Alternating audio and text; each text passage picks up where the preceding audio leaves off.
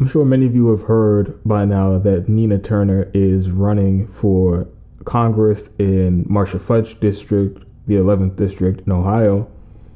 And I really can't even believe I'm saying this, but this story has arguably caused the biggest divide among the actual left than anything else that's happened in 2020.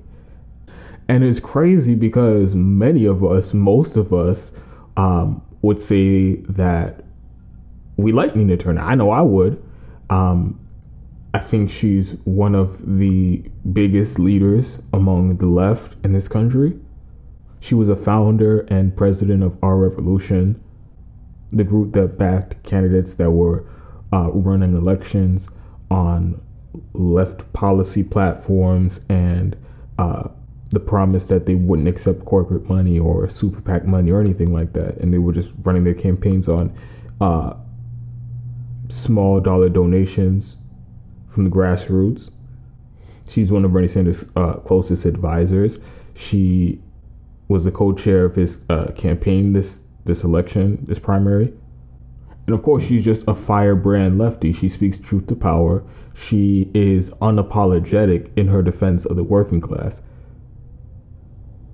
And she is just one of the most inspirational, prominent figures on the left. There are very few people who can match Nina Turner in that regard. That being said, there is a large portion of the left, very large portion of the left, who is being very close-minded, and honestly, they are acting cultish by pretending like there is no valid criticisms of Nina Turner running for the Democratic Party. And there are many valid criticisms from people on the left can make about that.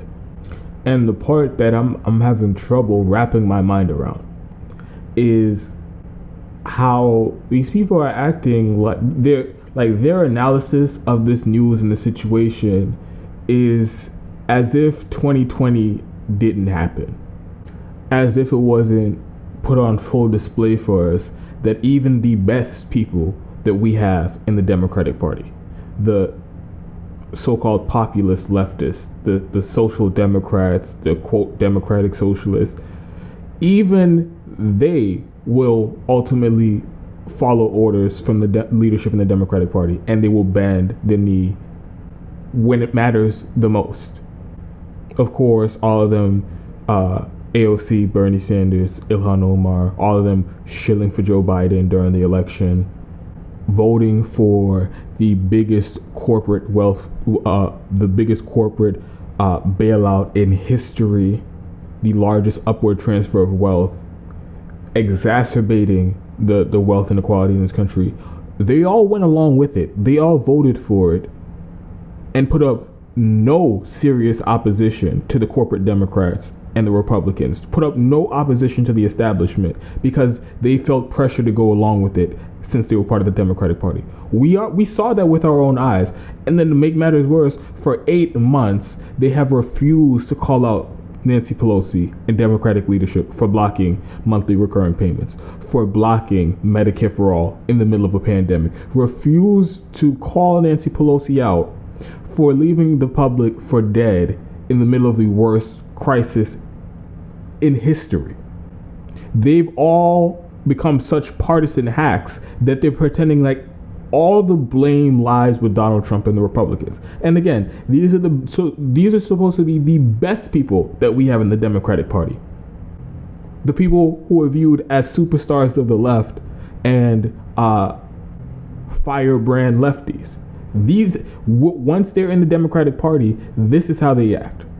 Vote for Nancy Pelosi to be Speaker of the House. They're going to vote for her again to be Speaker of the House after she shit the bed during this entire crisis. They're going to vote for her again to be Speaker of the House and not demand any concessions like Medicare for all or UBI or rent and debt cancellation. None of that.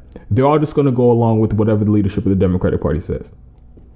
So if we've learned nothing from 2020, we should have learned that once you're uh, an elected member of the Democratic Party, no matter how left you are, no matter how aggressive you are, and how much you stand up for the working class, the party changes you. You don't change the party. And then the biggest takeaway from 2020 that I think we all should understand by now is that electoral politics is not solving anything. So all this hype, all this excitement, oh yeah, I can't wait to support Nina Turner. I can't wait to volunteer for her. I can't wait to contribute to her campaign. Okay, but you do know that's not going to get us Medicare for all, right? You're just going to get another person elected to Congress. That's all this. Ultimately, if we're being honest, that's what's going to come from this. Even if we get Nina Turner elected, she's one member out of 434 members of the House. We already seen how, like I said, even the best of them, once they get elected and they're part of the Democratic Party, they all roll over for Nancy Pelosi. So at the end of the day, even if you get Nina Turner elected, that's not gonna do anything to materially change the lives of the 60 million people who have lost their job this year. That won't materially make a difference in the lives of the 40 million people who are going to be evicted when the eviction moratoriums are up in a couple of weeks. That's not going to materially change the conditions for the 60% of businesses that have closed permanently because of COVID. That's not, Nina Turner getting elected is not going to solve these giant, glaring, untenable problems. So even if I don't think this is her intention, I think she is doing this because whatever she believes that this is what she needs to do at this moment. Whatever her intentions are, the result of this is going to be, instead of leftists actually doing what the moment calls for at this moment, which is organizing direct action and protest to pressure politicians. Instead of doing that, they're going to fall back into the same trap of throwing everything they got into getting somebody that they think is a firebrand elected, thinking that they're going to be a savior and fix all of our problems. But that's not the case. But first, you guys already know the deal. I love doing the show for you guys. But in order for me to keep doing it, it needs to be sustainable. So if you guys can help contribute to the show, I have a link to my Patreon account in the About page on my YouTube channel. Also have a link to PayPal if you feel more comfortable doing a one-time contribution. And any amount helps. I'm incredibly grateful for all the people who have contributed over the last few weeks and the last few months. Now, back to this story. So I'm incredibly disappointed in the conversation that has been going on the left since Nina Turner made this announcement for several different reasons. And I think a lot of it comes down to people are pretending like policy is the only thing that matters. And let me make clear, you guys know how big I am on policy. I think policy is huge. I think that should be part of every discussion. But it isn't the only thing that matters. Because like I said earlier, all the people who allegedly agree with us on policy, they all rolled over for the Democratic Party and did all the same corporatist agenda that they wanted them to do. They got one of the chief architects of neoliberalism elected as president. Someone who is fundamentally against their movement and the policies that they claim to support. So the policies aren't the only thing that matters. The strategy is equally as important, because you can say you support Medicare for all, you can say you support UBI and rent and debt cancellation, and you can say you support all the good things in the world. Do the Tom Perez, I'm for good things and I'm against bad things. You can say that till you're blue in the face, but if you don't have an effective strategy, then it's as if you don't support it, because you know what? It's not going to happen. So I do think that there should be a very vigorous discussion about this whole strategy of running in the Democratic Party, because I'm seeing a lot of people, it's like on this specific issue, there is a cinder block where their head is supposed to be, and they are just incapable of taking in new information on this topic and reevaluating their position and seeing if it actually is the most feasible direction to go moving forward. Even if you think that electoral politics is the route to go to get the policies that we need. And I definitely disagree with that at this point.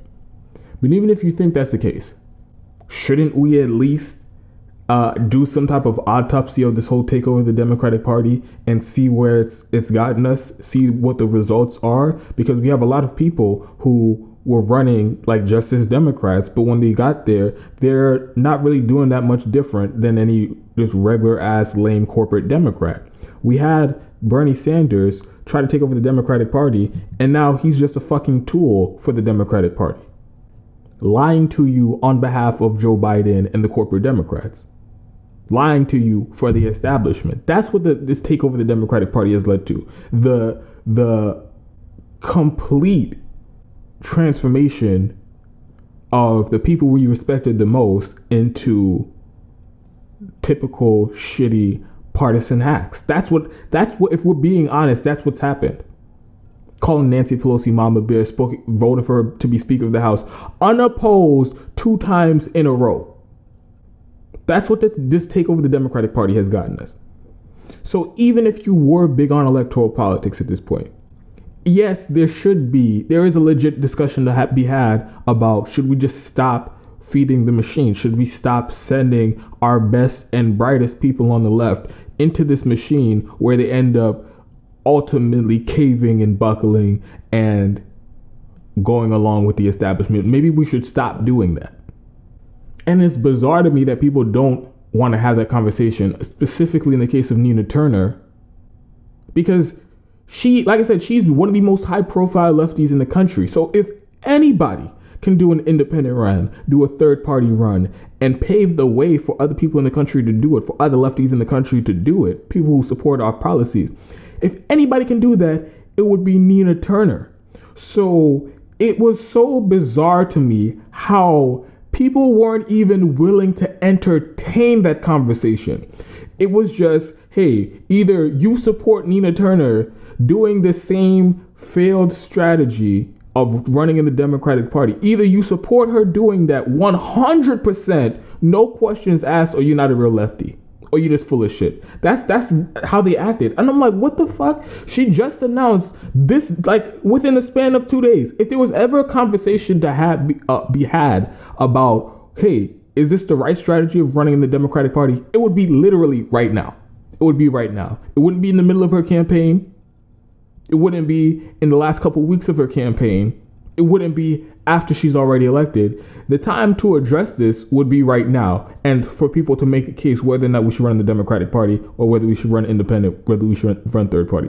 The time to have that argument is now. But like I said, people have just shut that down and acting like that's not even a legitimate discussion to be had right now. Either you support Nina Turner or you're not a real lefty. And ultimately, you guys know my take on this. I think the whole discussion about electoral politics is secondary at this point.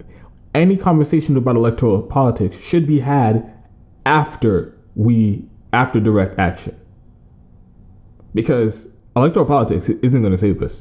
Electoral politics isn't going to get UBI. It's not going to get us Medicare for all. It's not going to get us all the policies that are desperately needed right now.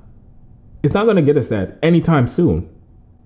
Not in this election cycle, not the next election cycle, maybe not even the one after that or the one after that. So we're talking 4, 6, 8 years of fingers crossed. Let's hope we can elect some people to actually do the policies that we need. Nobody has time for that. The 40 million people who are about to be evicted in weeks, they don't have time for that.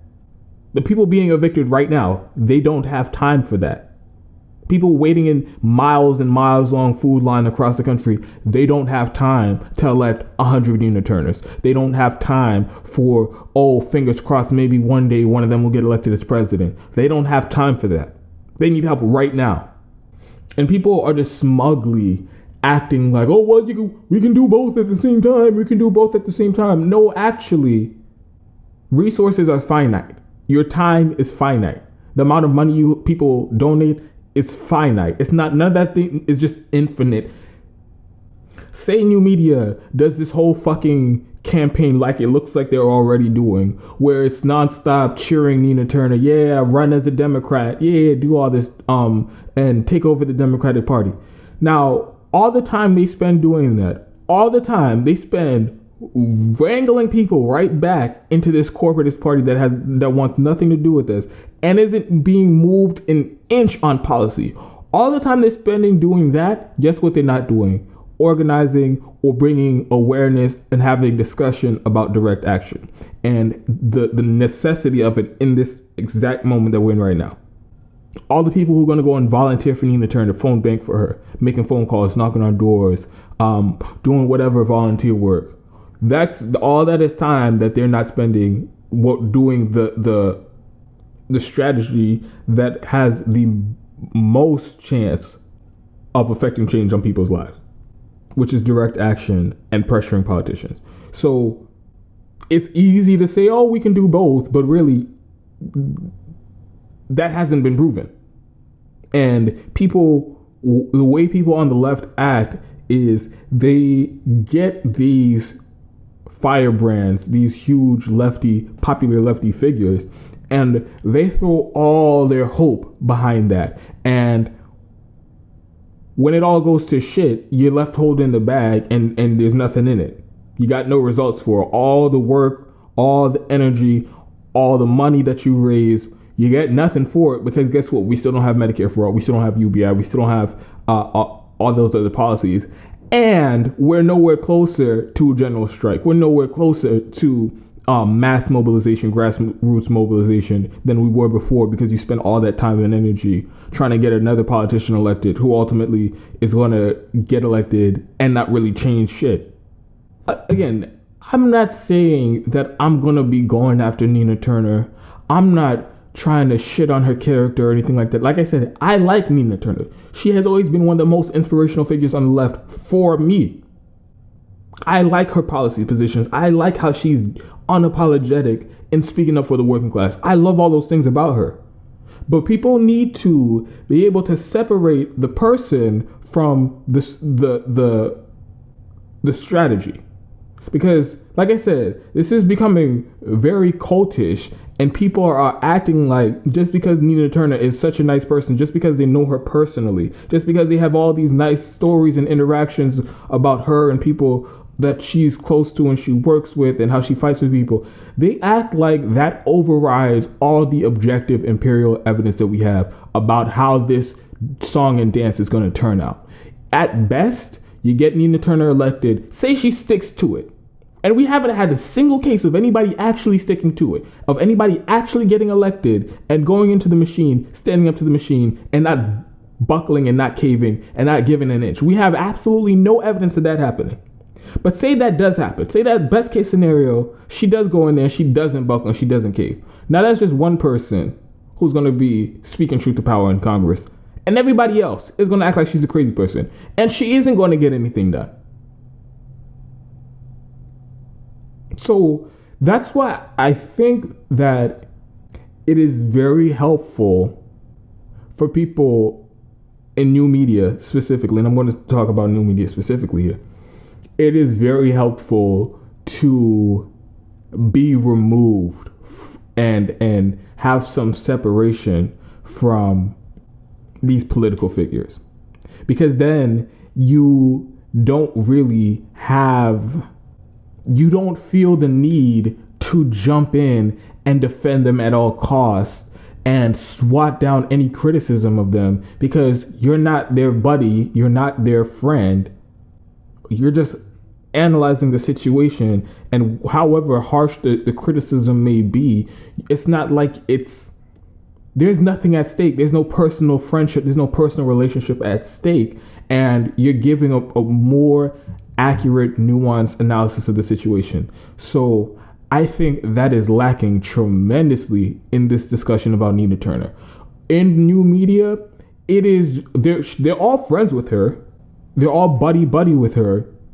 And I haven't heard anybody criticize this strategy, this Nina Turner participating in this failed strategy, as opposed to even if she did want to run, even if she did want to get electoral politics, as opposed to running as an independent, as a third party, and the opportunities that would present other people across the country to do the same.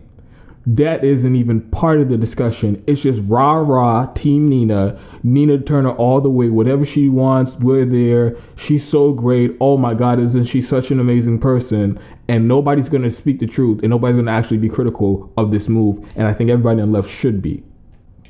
It's going to be a very interesting couple months. And just when you think you're making progress with the left, something happens and it just shows that they're right back into the same shitty behaviors that we've seen before. This waiting for a superhero, a superstar to come save the day, and putting all your time and energy into that as opposed to direct action.